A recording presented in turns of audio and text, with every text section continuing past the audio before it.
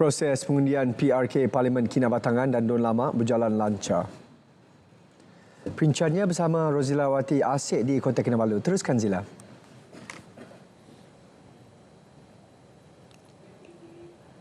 Ya sahih, hari pengundian pilihan raya kecil PRK Parlimen P187 Kinabatangan dan Dewan Undangan Negeri N58 Lamak berlangsung lancar.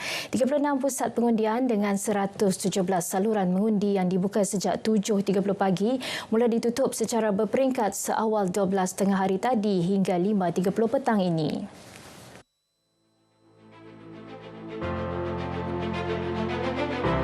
Berdasarkan kenyataan SPR, seramai 48,282 pengundi biasa layak mengundi dalam PRK Parlimen Kinabatangan dan Dun Lamak. Seawal pembukaan pusat mengundi, pengundi daripada pelbagai lapisan termasuk warga emas, orang kurang upaya dan pengundi muda mula hadir bagi menunaikan tanggungjawab sebagai pemilih. Proses pengundian berjalan dalam keadaan teratur dan terkawal dengan kawalan keselamatan oleh lebih 300 anggota PDRM dibantu anggota rela. Pengundi dilihat beratur dengan tertib, menjalani semakan nama, mencelup jari menggunakan dakwat kekal sebelum memasukkan kertas undi ke dalam peti undi. Sebanyak 1,106 petugas SPR ditempatkan di semua saluran bagi memastikan proses pengundian mematuhi prosedur operasi standard yang ditetapkan. Menurut rekod SPR, tahap keluar mengundi menunjukkan peningkatan secara berperingkat dengan kehadiran lebih ketara menjelang tengah hari dan petang. Calon BN bagi Parlimen Kinabatangan Muhammad Kurniawan Naim Mokhtar mengundi di pusat mengundi SK Bilit Sukau pada pukul 8.55 pagi. Sementara itu, calon bebas Goldam Hamid menunaikan tanggungjawab di Minusoh pada 8.54 pagi. Calon BN bagi Dun Lamak Muhammad Ismail Ayub mengundi di SK Bukit Garam 2 pada 1.35 tengah hari.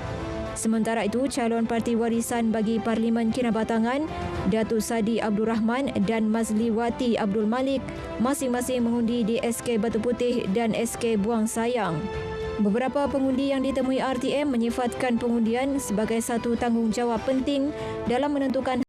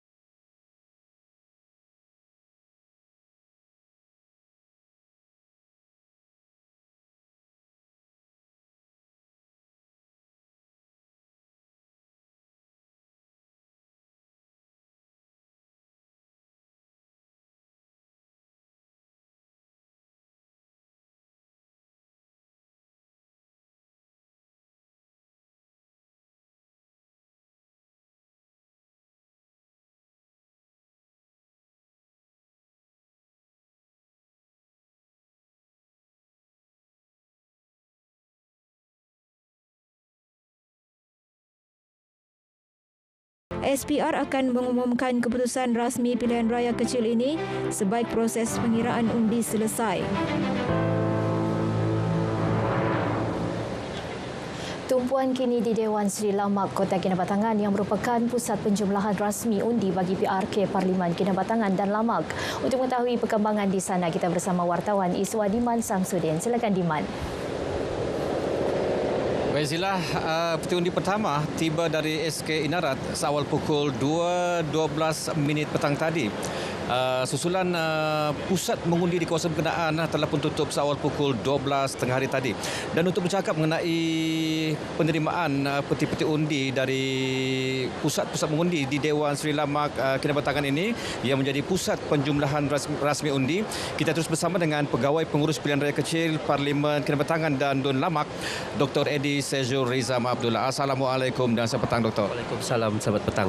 Lagi kita bertemu petang ni? Ya, betul. Okey, mungkin Dr. boleh cakap mengenai perkembangan terkini penghantaran peti-peti undi dari pusat mengundi ke pusat penjumlahan rasmi undi di PPRU Dewan Seri Lamak ini. Bagi peti undi yang melibatkan pengangkutan helikopter, buat masa kini 10 daripada 12 peti telah selamat diterima, manakala berbagi dua lagi dijangka tiba pada 5.20.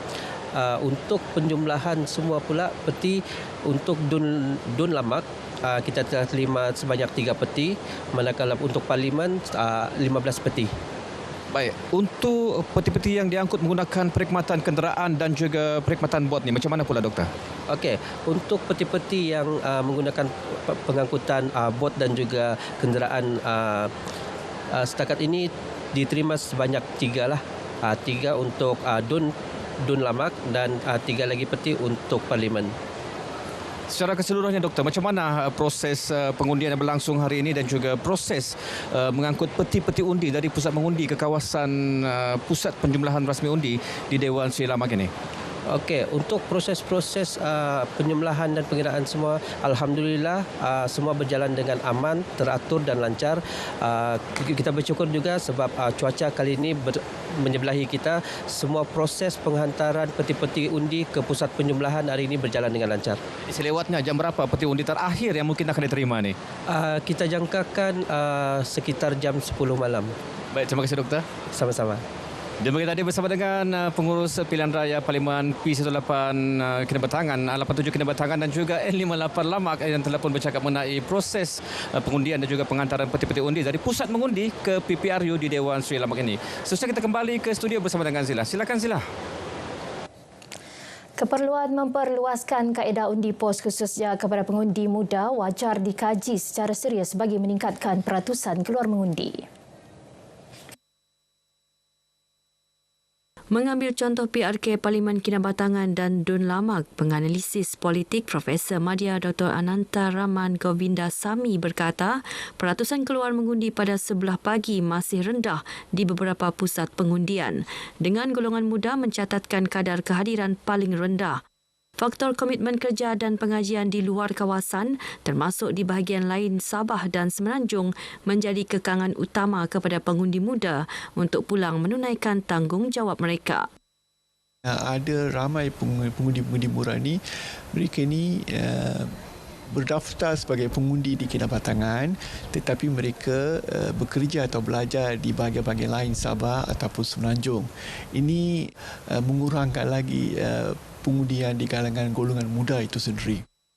Dalam pada itu, Dr. Ananta mencadangkan supaya satu kajian dan perbincangan lanjut dilaksanakan bagi meneliti kaedah pengundian yang lebih fleksibel, termasuk kemudahan khas kepada pelajar dan pengundi muda di kawasan luar bandar. Langkah itu penting bagi memastikan penyertaan lebih menyeluruh, khususnya dalam kalangan generasi muda demi mengukuhkan proses demokrasi. Projek penyambungan grid kuasa Sabah Sarawak dijangka memperkukuh sistem bekalan elektrik negeri agar lebih stabil, boleh dipercayai dan mampan selain mengurangkan kebergantungan terhadap penjanaan berasaskan bahan api fosil secara berperingkat. Merupakan langkah transformasi dalam memperkukuh sistem bekalan elektrik Sabah yang lebih stabil, berdaya harap dan mampan.